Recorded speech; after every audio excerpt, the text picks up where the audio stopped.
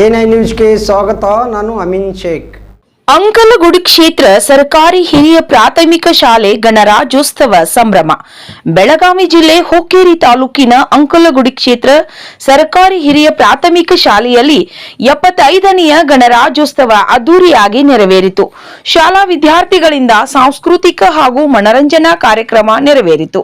ಈ ಶುಭ ಸಂದರ್ಭದಲ್ಲಿ ಶಾಲಾ ಶಿಕ್ಷಕರು, ಗುರುಮಾತೆಯರು, ವಿದ್ಯಾರ್ಥಿಗಳು, ಎಸ್ಡಿಎಂಸಿ ಅಧ್ಯಕ್ಷರು, ಸದಸ್ಯರು, ಗ್ರಾಮ ಪಂಚಾಯಿತಿ ಅಧ್ಯಕ್ಷರು, ಸದಸ್ಯರು, ಗ್ರಾಮದ ಹಿರಿಯರು ಹಾಗೂ ಗಣ್ಯರು ಉಪಸ್ಥಿತರಿದ್ದರು.